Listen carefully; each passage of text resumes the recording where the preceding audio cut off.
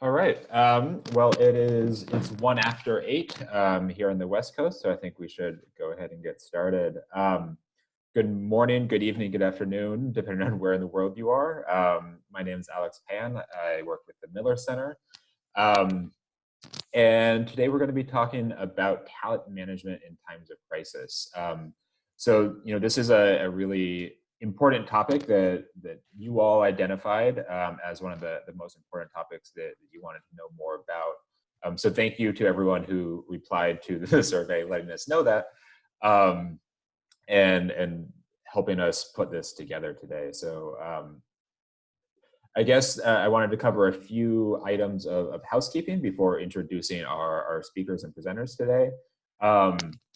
So firstly, this webinar is going to be recorded and will be made available along with the slides after the presentation. So keep an eye out for that. Next, this is structured as a webinar rather than a meeting, which means you all by default are on mute and kind of unable to unmute yourselves. That's not to say we don't want this to be participatory, it's just trying to manage the numbers of people. So during the presentation, if you have any questions, feel free to type them into the Q&A function. It's important to note that there's both a Q&A and a chat. I'll be keeping a closer eye of the Q&A than the chat, so please try to use the Q&A rather than the chat. We will be doing a few polls, and so keep an eye out for those to pop up on your screen, and your prompt response to those polls will be useful. And finally, we will save a good amount of time at the end of the presentation for a Q&A session. So during that period, feel free to use the Q&A as well, or feel free to raise your hand, and I'll take that as a signal that you want to ask a question with your own voice. So I can unmute you and give you permission to speak. So keep an eye out for that.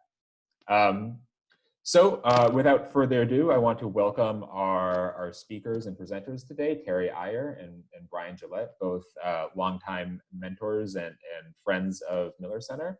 And so without further ado, I'll let Terry and Brian introduce themselves. So go ahead, Terry. Great, thank you, Alex. I'm really happy. Can you hear me now? Yeah.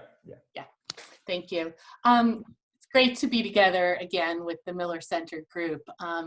I've been involved with the Miller Center for 4 years now as a mentor, and also lead the HR module at the In-Residence program.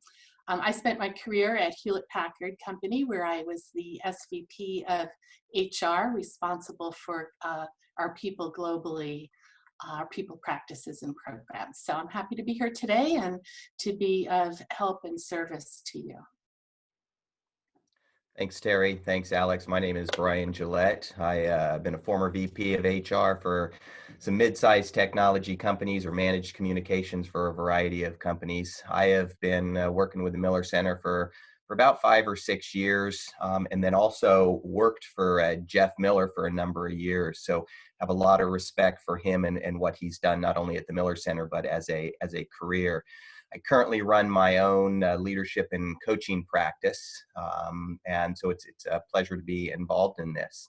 So Alex, why don't you take us on to the agenda slide? So we're in some unprecedented times right now, and it's really forcing us to think of how we do business and what we need to do to survive and move forward. And for most enterprises, our talent or our people are the most important aspect of what enable us to reach our goals. And so in this current situation, we need to be able to take action that is going to directly impact them, and sometimes it's going to impact them negatively. And so we want to be able to talk about, how to do that effectively. I will do a short introduction. Terry will then talk about how to restructure to adapt to the current situation. And then I'm going to talk about, she'll turn it back over to me, I'm going to talk about how to communicate during these times. In a broad sense, how do you communicate during crisis, but also if you need to do restructuring or layoffs, how do you do that? And as Alex indicated, we will leave time for Q&A. So this may be the biggest challenge many of us have faced or will face. And the good news is that we will get through this. not sure what it's going to look like at the end, and there's a lot of uncertainty. And so as we design this, we looked at kind of the goal of many companies and organizations is how do you protect the company and its reputation so that you can stay operating or increase your chance of success. And then two, how do you protect your people and their dignity? A good guidepost is to manage your people so they would say yes to the following question is, would people come back to work for you based on how they were treated during these times? And so, and we can go to the next slide, Alex. In order to do this, we really need to focus on three parts or manage kind of from three parts of the body. At the highest point is, our head, we need to be able to set a plan and understand what the business needs are. We need to be able to take fast action in order to preserve the organization. And if we can do that, we can increase the odds of keeping the organization moving forward and keeping more people employed over the long haul. We also need to be able to use our hands and be able to execute or implement and be able to do that quickly. I was talking to one of our city councils in kind of near where I live, and he was saying that the city council needs to be able to at times reassign people from one job to another in times of emergency, and they have limitations because of the unions. And so I said, why can't you reassign somebody from this job over to another job? And they said, well, we can only do that in times of emergency, and pandemic wasn't classified as an emergency. And so we will look at this when this is all over and change that. And my response to him was, if this isn't an emergency, I don't know what is. And if you don't do it now, it's going to be too late, because half of the business owners on Main Street will be out of business. So we need to be able to act fast. So we need to be able to use our head, our hands, and then lastly, our heart. How do we manage with compassion to give people hope, to inspire them, to treat them with the dignity that they deserve? And so if you're worried about your team, if you're not sleeping well, that's normal. And it just indicates that you are human. Letting staff go is one of the hardest actions you'll have to take because it's personal. And these are your friends. These are people you've known for a long time, and it's hard on them, but it's also hard on you. So how do we reach deep down as a leader? And it's going to require us to use some different skills. So what we want to do is just get a baseline of who we have here on the call. So Alex, if you can put up the first poll. We have two polls that we want to ask. So what actions have you already taken? Oh, I'm sorry, we'll do this poll. How many employees do you currently have? So just indicate kind of what you have.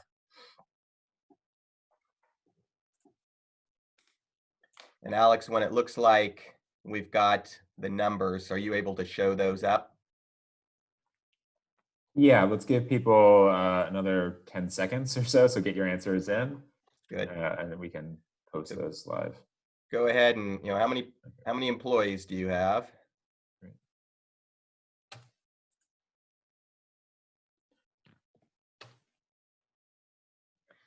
All right. So it looks like about half of you have between 6 and 20 employees, and then about a quarter have 21 to 50. So kind of in that gives us a good sense of what we're working for. So that's helpful. And then we have a handful of people. We have a couple people that have over 100. So so there could be some impacts there. All right, that's good to know. And Alex, let's put up the other poll. And what actions have you already taken in response to that? That's the same poll. Let's see if we can try the other one. There we go. All right. What actions have you already taken in response to the COVID-19 crisis?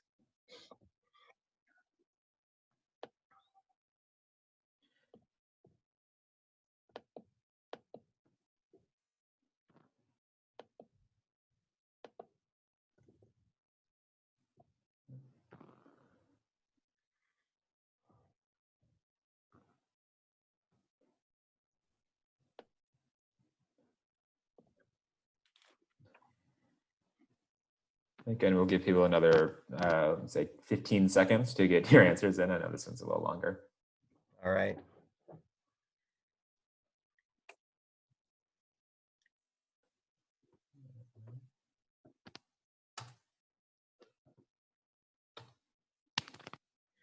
Yep. All right. So some of the early ones, reduced pay and benefits. We've got about half of you have done that. Nothing. A quarter of you haven't done anything, or some of you have reduced hours. So we've got about a quarter that have also done planned and implemented layoffs. Okay. So we'll talk a little bit about that, and then a handful have shut down one or more of the operations. So that's helpful for us to understand that it looks like people have already taken some action. But there may be more action to go. So that's good. So let me turn it over to Terry, who is going to share a little bit about how do we do some restructuring and how do we handle some of this. So Terry, I'll turn it back over to you. Great. Thank you, Brian. Restructuring is kind of a big word, sounds very corporate in many ways, but what does it really mean? In most cases, when we talk about restructuring, we talk about reorganizing in order to get greater efficiencies or greater results.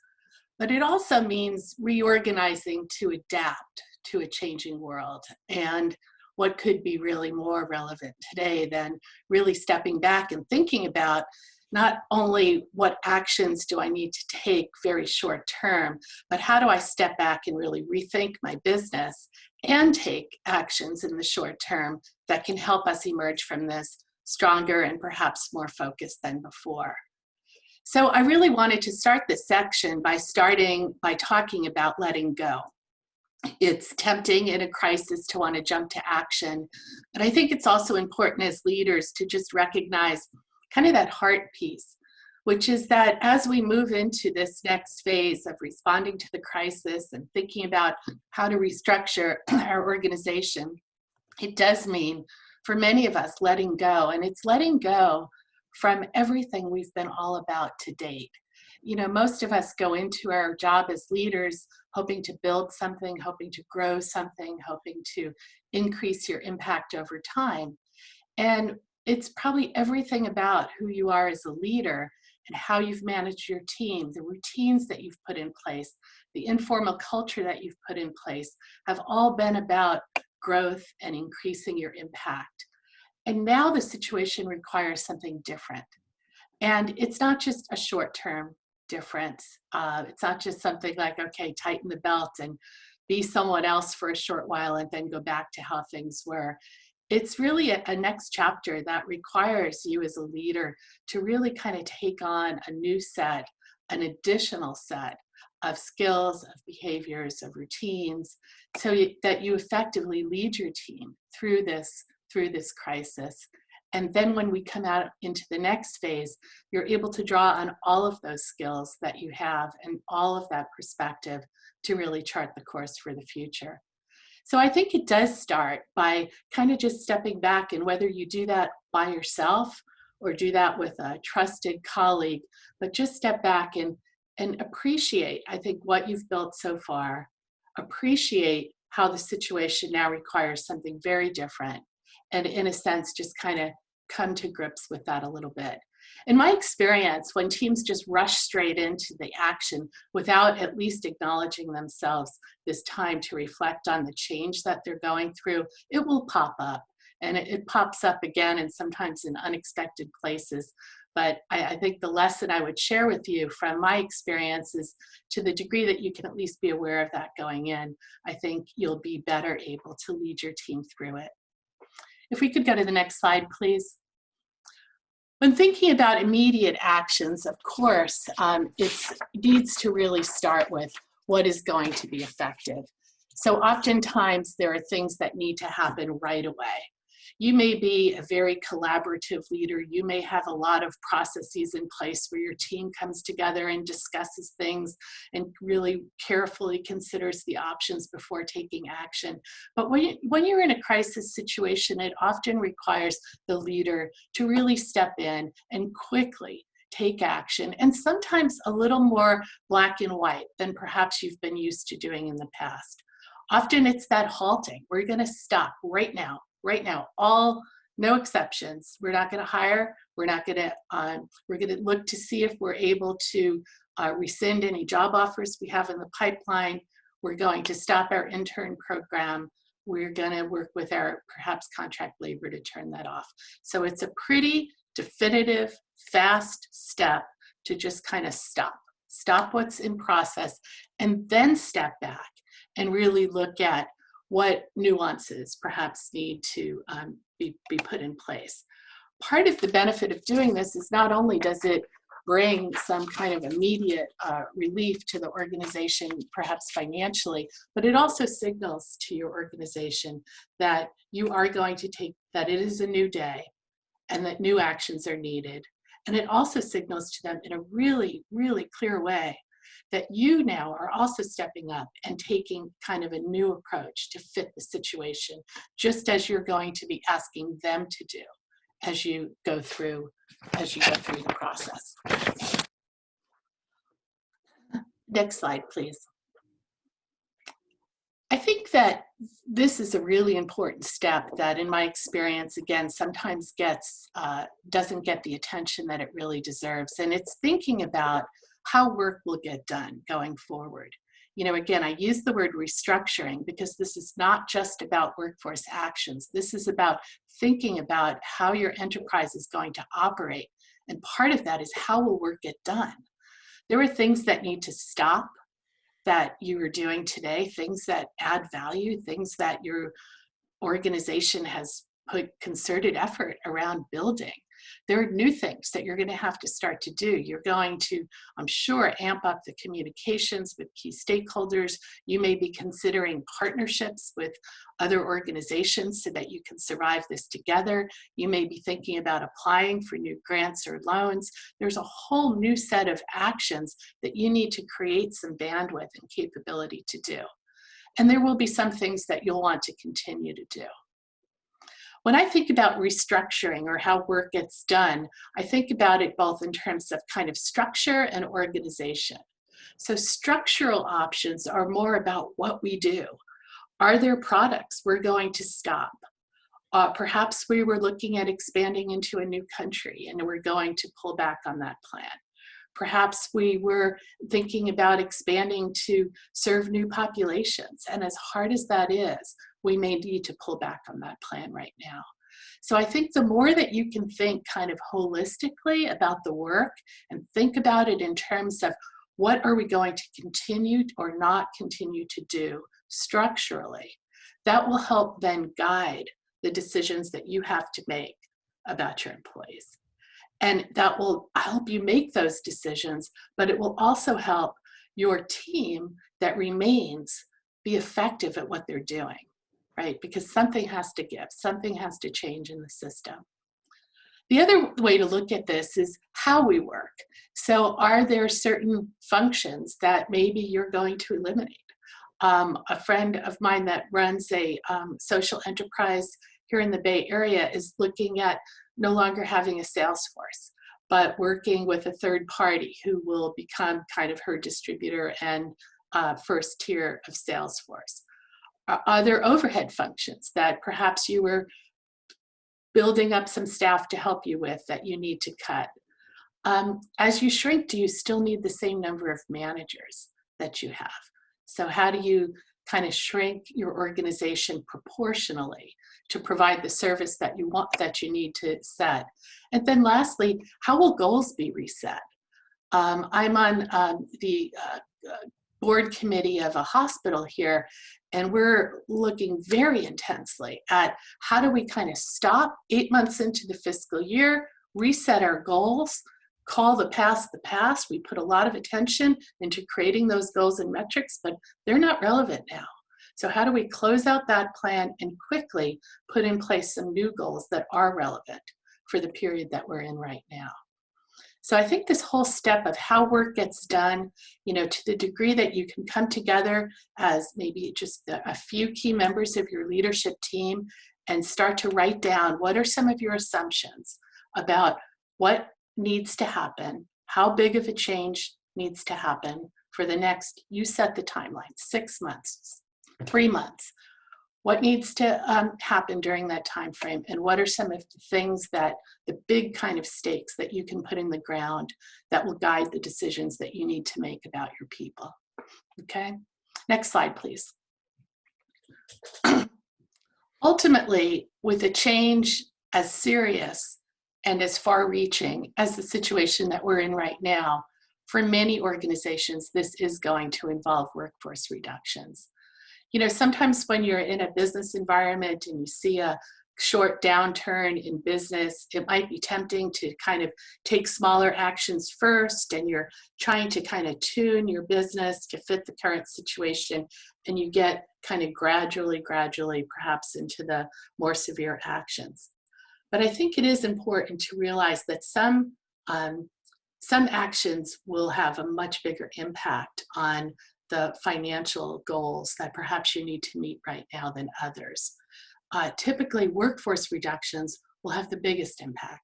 So cutting back on salaries, yes, that may have some symbolic value. It may be a good reflection of aspects of your culture that you want to preserve, such as sharing the pain, showing that management is willing to take some actions first. But all in all, those types of belt tightening actions don't have as big of an impact on your financials as it will be to take out people. And I realize that's very hard to think about and to say, but it may be necessary for the situation that we're in. So I think, again, when you go through this, it's about being really clear on your assumptions. How big of a cut do we need to make?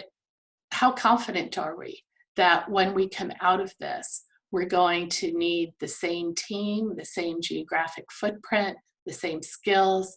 Or is there enough uncertainty in that model that we need to create some flexibility in that model to maybe come out of this looking different than when we went into it? Okay, so it's hard to say broadly, thinking about all of you and the different size of enterprises that you're with, it's hard to say broadly what you should or shouldn't do. But I think the considerations for you are around: one, what is going to be effective? Two, how quickly can you put these actions into place? And three, what capabilities are absolutely essential for your enterprise to survive, and how will you preserve those? And one of the things that honestly you need to think about is a contingency plan for yourself and your management team as well. A friend of mine works for a large global humanitarian organization, and they have put in place, they've identified and communicated 7 levers for how they're going to adapt. Everything from reducing management pay to reducing employee pay to closing offices, reducing jobs, etc. And they've outlined, here are the 7 items. We've taken action on 4. We hope that will be enough. If certain funding doesn't come in by a certain date, we're going to move to action number 5 and 6. And it's kind of very clear what they're doing. Parts of that are communicated widely to the organization, and parts of it are really just, I'd say, owned by the leadership team right now.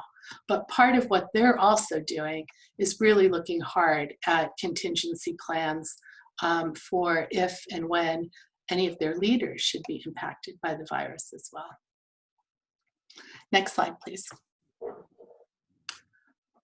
I wanted to wrap up my section here, but with just some additional considerations around restructuring and moving through this. And again, it's that this is maybe a different approach. I tend to think of myself as a very collaborative leader. I like to involve people in decisions. When you're in this type of situation, I have found it to be very important that you really own it at the top.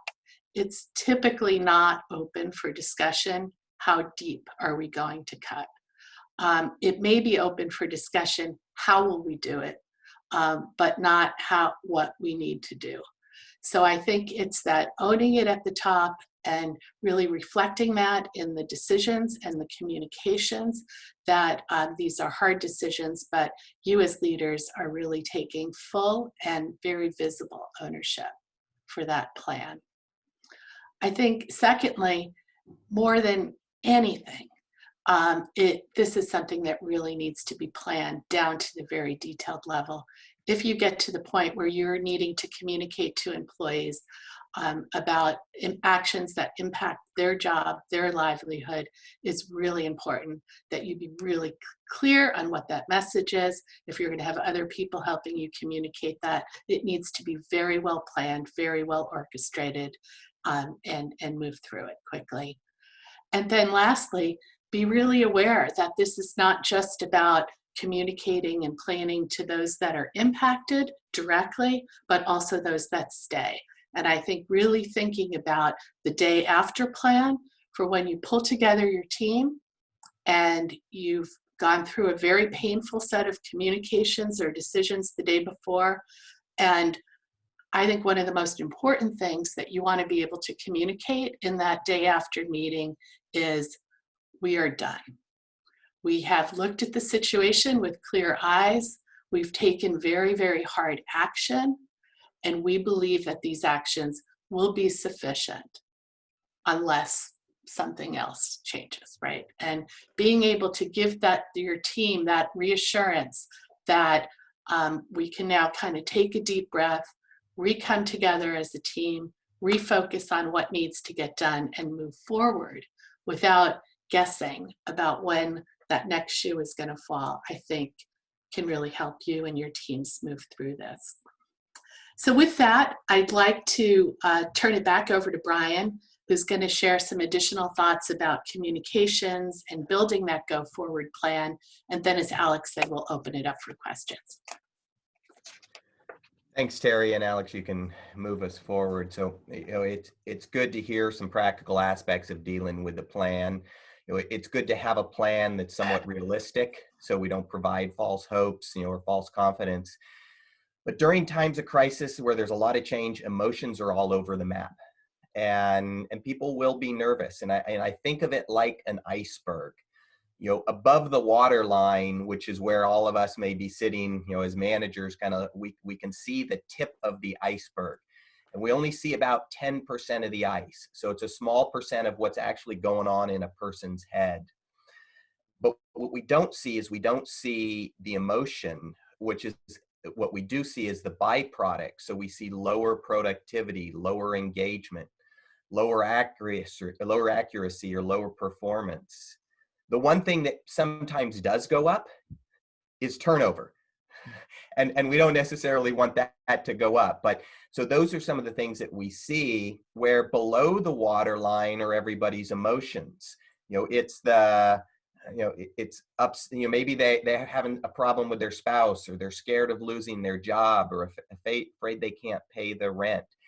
And so we're seeing all of this that's going on, or we're not seeing some of this, but we're seeing the byproduct of it. But we're expected to react and respond to the entire piece of ice. So while we can't stop these feelings below the ice, what we can do through our communication is we can try to improve the situation more so, and reduce the nervousness of people. So what I want to talk about is, how do you communicate during these times? And then what are some strategies during a layoff? So Alex, take us to the next slide.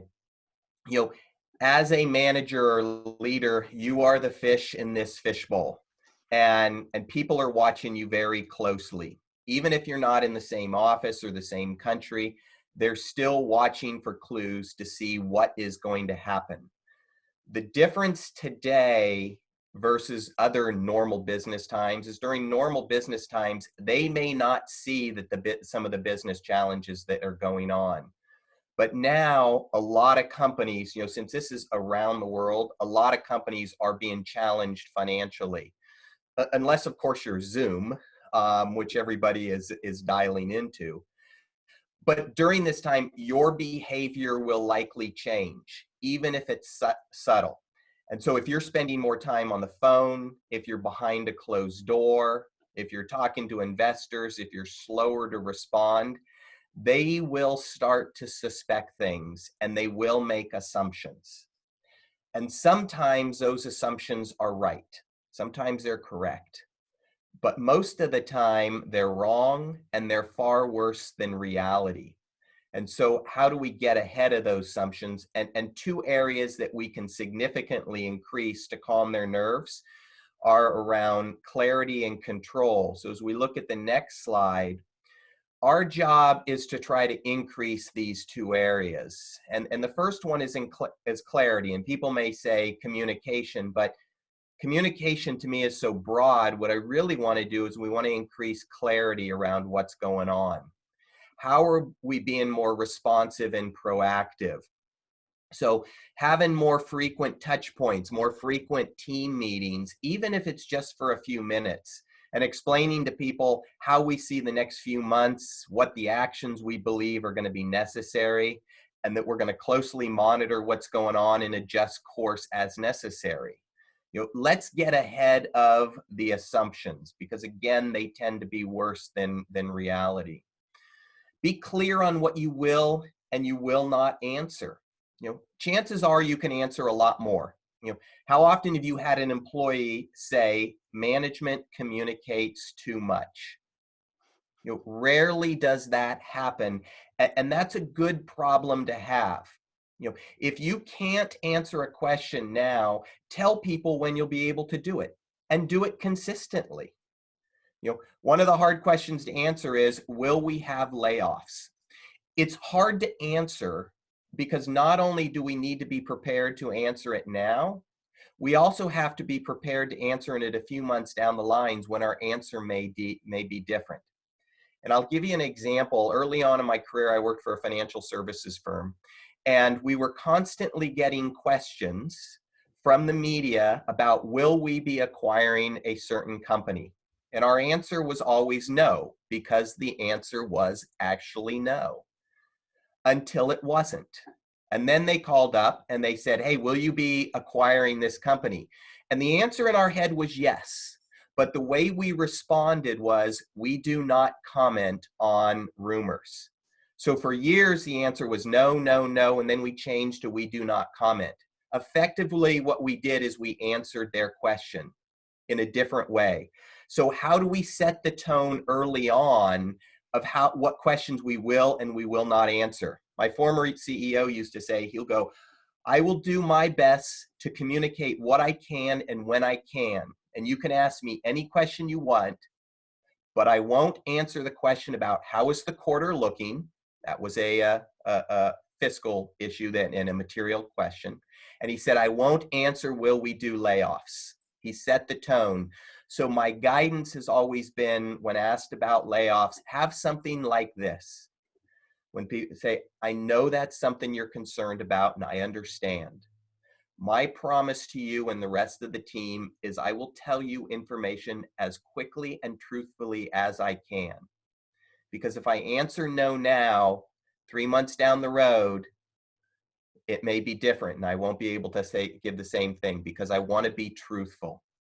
It takes a long time to build trust, but it only takes one sentence to lose it all. And so remember, how you answer today impacts your credibility tomorrow. So if you say we aren't doing layoffs, what your staff hears is we're not doing layoffs today or over the next 2 weeks. But in 4 months, if you do have to do layoffs, what they're thinking is, well, you told us we didn't.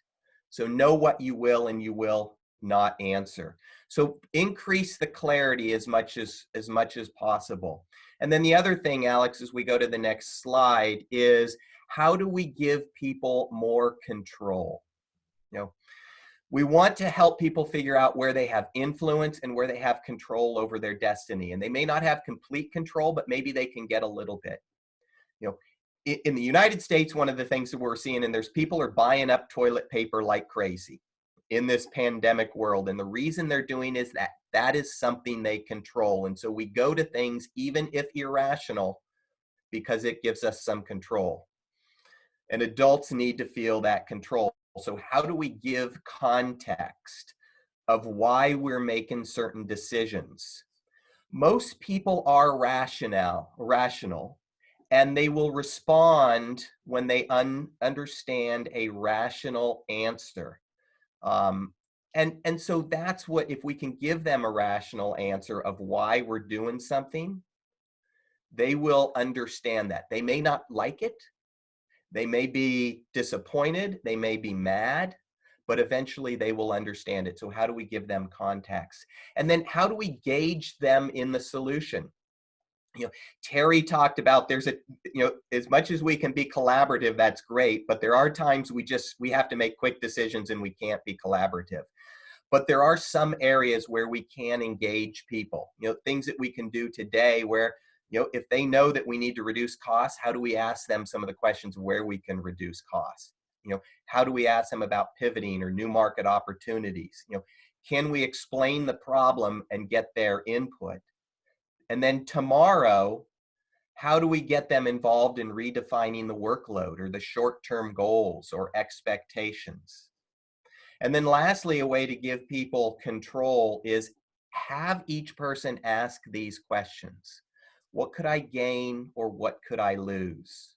We often quickly go to the what could I lose because we think bad, bad, bad. But there are some things that we may be able to gain, or what can I influence? Where do I need more information and where can I get that? And then what steps can I take? So these are questions when you see people are feeling a loss of control that you can pose to them, and it will help them try to put things in perspective and get a little bit more control of their situation. You know, people often assume the worst, and if we can change that, it will change. So as we go to the next slide, you know, we want to talk about if we need to communicate during a layoff. You know, what we often refer to as the notification day. And this sucks. There's no doubt about it. It is not a fun day, and it really is no good. But sometimes we have to do it. We have attached in the article at the end of this slide deck, and if you need the article, you can send a note to Alex or to Andy, and they can send it to you. That really summarizes some things to do during layoffs. In a nutshell, you got to sit down and tell someone when you have to sit down and tell someone they lost their job. You know, write a script beforehand, rehearse it, be brief of what's going on, why you're doing it, when things are going to be impacted, and be prepared for emotions. But this article does a nice job kind of covering how do you plan for a layoff. Some of the rules, some of the laws are US based, so you can ignore them, but there are some good practices that are relevant around the globe. It talks about timing, and then it talks about tips on telling the person. Some other things to consider during notification day is ask yourself, how would I want to be treated? You know, your day is bad, but keep in mind, you will still show up to the office tomorrow. You still have a job. I remember sitting across, we had to do layoffs at the company, and I was probably meeting with my 12th person of the day. And, you know, it's a long day for me, and I'm explaining to the person that they don't have a job, and I know the person well. I know they have 3 kids at home and their wife is pregnant. And so I know it's got to be hard for him. And at the end of the day, or at the end of the meeting, he said, you know, Brian, he goes, this must be hard for you as well. And it caught me off guard. But what it told me is I must be doing something where I'm showing compassion for him. My goal isn't to make him feel that it's hard for me, but my goal is to be compassionate. And while it was hard for me, it's not nearly as hard of what it is for the other person. So ask yourself, how would I want to hear this message? You know, my first layoff, the company wanted everyone to be escorted out by security. And it was a mistake. And it didn't feel good. And you know, it shaped a lot of how I do when I do layoffs is not everyone needs to be escorted by security. Not only are we telling the person that they lost their job, but now we're telling them we don't trust them. So, you know, how do we take into consideration our behaviors and how it's going to impact the person? And Terry touched a little bit about this, is have the entire day laid out. When you're going to communicate, when you'll start notifying people, the leaders that are staying, the leaders that are leaving, the employees that are staying, those people that are impacted. How do you tell them it's short and kind of sweet? Short, be quick. And then how are you communicating out to everybody via email? The more you can do in person, the better, but at some point you got to get an email out to everybody and tell them. My recommendation is have those emails written out a day or 2 days or a week beforehand. So all you have to do is hit send. And then, be prepared how you communicate out with your vendors or your suppliers or the media if that's the case. And lastly, be prepared for 2 things: for the operations of the business, but the emotions as well. People are going to be shocked, they're going to be anger, they're going to be grieving, and we have to be able to respond to their questions and respond to their emotions. So you're going to feel exhausted. Don't underestimate how you will feel at the end of the day. So plan accordingly to do that. And as Terry talked about, understand what you're going to do the next day. And it takes us into the next slide, Alex. How are you dealing with the survivors, the people that are still going to work forward? You had an emotional contract with your employees, and that was broken. The trust was broken, the loyalty is shaken, the security is eroded, and emotions are going to be all over the map. And so the survivors are going to ask, am I next? When will this happen again? So as Terry talked about, it's good that, go deep as you can so you don't have to do this anytime, so you can come out that next day and say, we're done.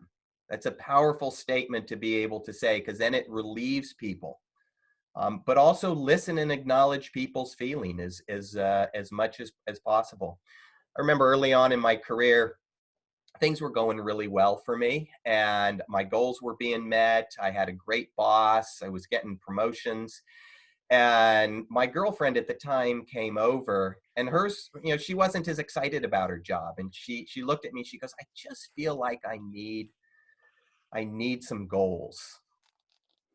And in a typical male fashion, I looked at her and I said, well, let's set some goals. And she started to cry. And I didn't understand why she was crying. And she looked at me, she goes, all I wanted was a hug.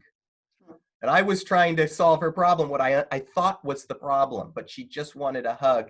And this is the time where we have to kind of give those hugs per se to help people through the emotions as much as possible. And then lastly, we take it to the next slide, we have to refocus the team. We have to reset the goals and shift from kind of individual or team goals more into organization goals.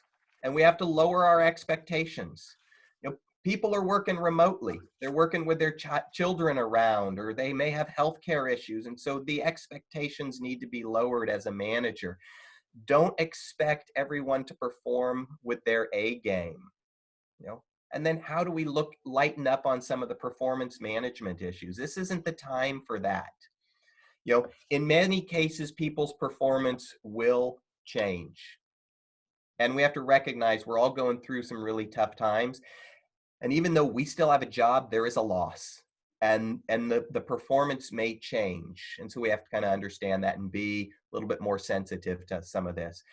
And then, how do we increase personal focus or outlets for the release? Don't start every meeting asking about a current sales number. Ask, how are you doing? Figure out a way to get people to smile and think about something positive and talk about the small wins. Ask about their family or how they're doing. So to recap, and I'll turn it over to Terry for a summary in a moment, to recap, think of those 2 C's of how we can increase control and increase clarity. And then ask the question, how would I like to be treated during these times? And then let's refocus the team to kind of get us moving forward. So let me turn it back over to Terry for a moment to talk about what's next, and then we can open it up to Q&A. Terry? Yeah, thank you, Brian. Some really, really important points there. You know, it's about, on the next slide, I have a few points here, but it's about acting now. No question, this is a really difficult and challenging time. It's critical to move fast, to take action now, and really to remember that this is an opportunity to emerge stronger as a leader and as a team. Realize that this is about resetting. It's about taking action, but then really stepping back and looking at what new routines, new behaviors need to be put in place, and then really shape that future as well. So it's tempting to think we're just going to deal with this and then things are going to go back to the way they were, and that's probably not going to be true. So the reality is, as you get these actions in place and as you take care of your team, it is an opportunity also to give yourself some space to really think about how you can shape the future and really come out of this different, perhaps, but stronger. So I'd like to open it up to some questions. We'll end with some reflections, but I see that there are a couple that have already come in. So why don't we jump to the questions, and then we'll end with some reflective questions for you. Alex, do you want to steer us to where we should go? Thank you, Terry. Thank you, Brian. Great presentations. So want to open things up to questions. So if you have questions, feel free to raise your hand or type them into the chat. We have a hand raised and a question in the chat already, so thanks for jumping in. I'm going to go to the one in the Q&A since that came in kind of during the presentation. So the attendee asked, some staff have taken pay cuts up to 50%. Now some feel that it should be deferred payment. Is that correct? And then there's some different opinions around that. So I'm wondering if you can talk about staff that may disagree with, I guess, your decisions around pay cuts and how to handle those disagreements. Sure, I can jump in, and Brian, if you want to add to it as well. You know, inherent in the question is you had to take some quick action, and you did. And cutting staff pay for some people by 50% is a pretty dramatic action. I think the answer to your question, there's no one answer. The answer really depends on your business and what are some of those assumptions about your business in terms of, you know, is this just a pause where you're expecting that at a certain point business is just going to come back on? Are you able to, you know, absorb that sort of expense? So there's no right answer. The recommendation is to, okay, you've taken your quick action, now step back with you and or a couple of members of your leadership team. I'd recommend really writing down what are some of those assumptions you have about your business and the degree to which it will come back and on what time frame, and then ask yourself, is that something you'd be able to absorb? If not, then it may be that you need to go back and do more planning around how to go through this period of time.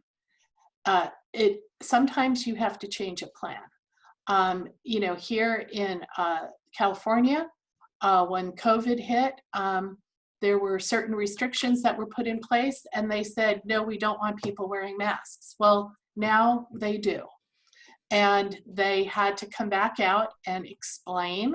We originally thought this was what we wanted you to do and why. Now, this is what we're thinking, and this is what we're going to have to do. And the reality is that a 50% pay cut may be too much for your workforce to sustain. And it may be that you'll have to step back and instead choose to move ahead with fewer people, but at a more sustainable wage. So can't tell you what the right answer is, but those are some thoughts about how to think about the situation you're in. Brian? One thing I would add is to be very careful on what you promise or what you imply maybe you may promise in the future. Because if you promise something and can't deliver it, it becomes a challenge, and people have very good memories on promises. So, Alex. Great. So another question came in via the chat. how much consideration can we make for termination based on poor performance at this time? Would it be in bad taste to have disciplinary action taken for, say, late reporting? Yeah. This is a little counterintuitive. You know, I've talked to others about this as well. And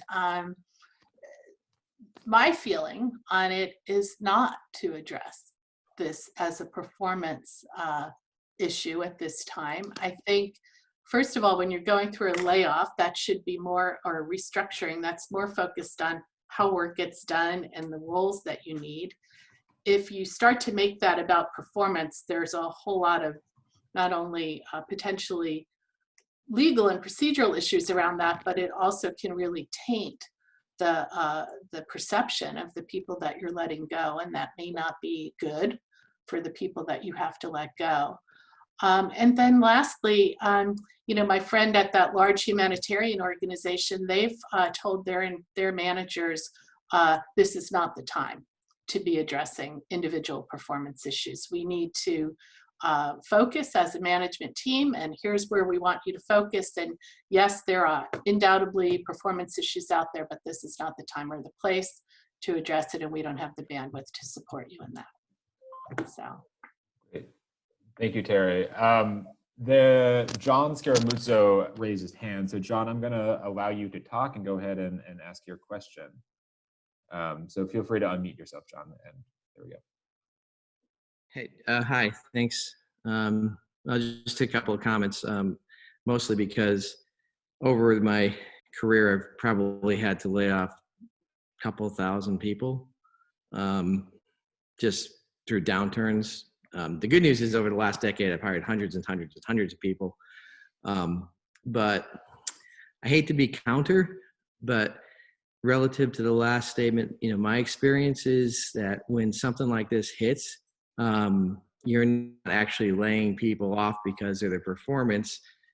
You're laying people off because you have to, you have to basically reduce your force.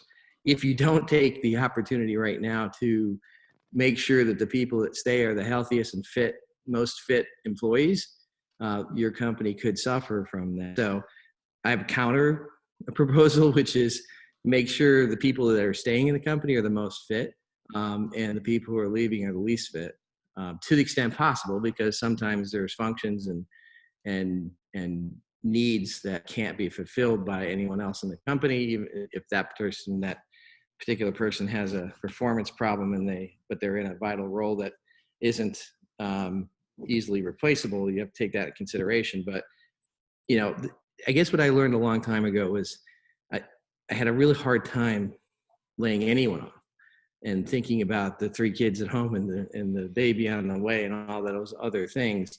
But then after the first experience, what I realized was what you're doing is not to focus on those hardships, but is to focus on making sure that the company and the people that remain have the best chance of success.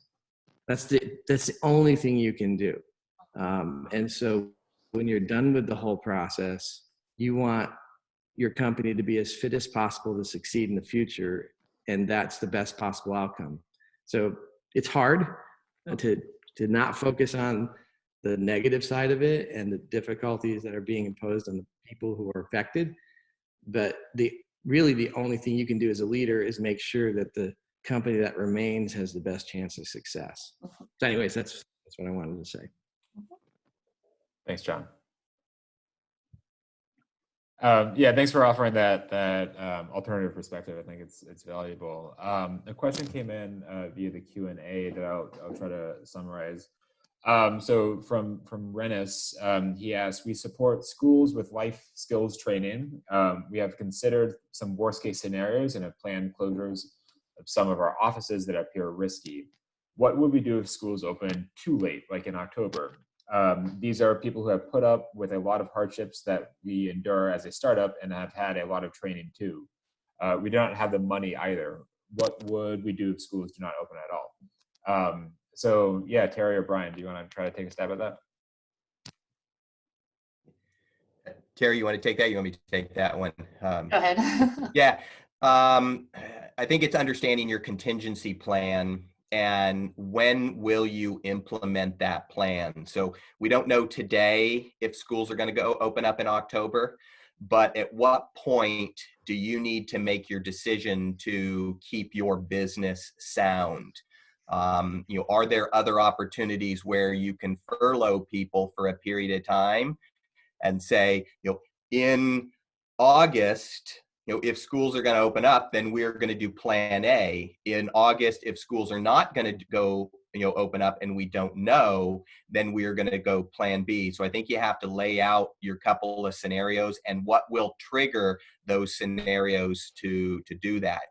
But be very clear to people. It says, here's why we're making this decision. Here's what the decision we're making based on the assumptions today. You don't want to get into a situation where if you don't take action today and schools do not open up, that it is going to impact your ability to move forward later in the year. And so understanding, when do I need to put that worst case scenario on and what are those triggers to do it? Terry, would you add anything else to that? No, I think that's right on. If you don't have the money, you don't, but trying to do some good planning and communicating around that plan is important. Great. Well, I think in the interest of time and staying on track, let's cut the questions there.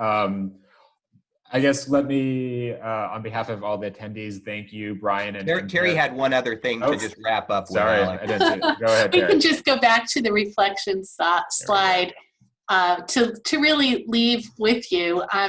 This is obviously a leadership moment. I think the key points that we've raised today is to recognize that it is a new day. A new sets of behaviors are needed. And I think that there is some value in kind of stepping back and being somewhat reflective as a leader and really thinking about what are some of those leadership attributes that really have defined you to this point, and what are some of those leadership attributes that the situation requires now, and how you are going to put those into action now. So there's a lot of action required in this time, but I think there's also a really good opportunity for some reflection that can guide you as you go through these tumultuous times. So all the best to all of you on the call. Thank you for being here. I think that's a huge reflection of how concerned you are about the topic and your desire to really want to do this in as thoughtful a manner as possible. So thanks for joining us, and appreciate the questions and the comments and the different points of view. Thank you. And I'll just say that that's a great segue to a plug that I wanted to make. If you want to reflect on your leadership style and attributes and reflect on that in the company of your peer GSBI alumni, we are holding a webinar on leadership on Thursday at 7:30 a.m. Pacific time, where you'll get to hear from two of our mentors and coaches, as well as the opportunity to interact with your peers and reflect on some leadership qualities. So please join us for that. Great. Well, yeah, let me thank you, Brian and Terry, for putting this presentation together. Very valuable insights. So thank you so much. To all the attendees, we'll be sending around the recording and the slides after this call. So keep an eye out for that. And yeah, please join us for the next webinar Thursday. And as always, if there's anything Miller Center can do to be supportive of you and what you're going through, let us know and we'll do our best to put something together. So thank you, speakers. Thank you, everyone, for joining, and hope you all have a good rest of your day. Take care, everyone. Bye-bye.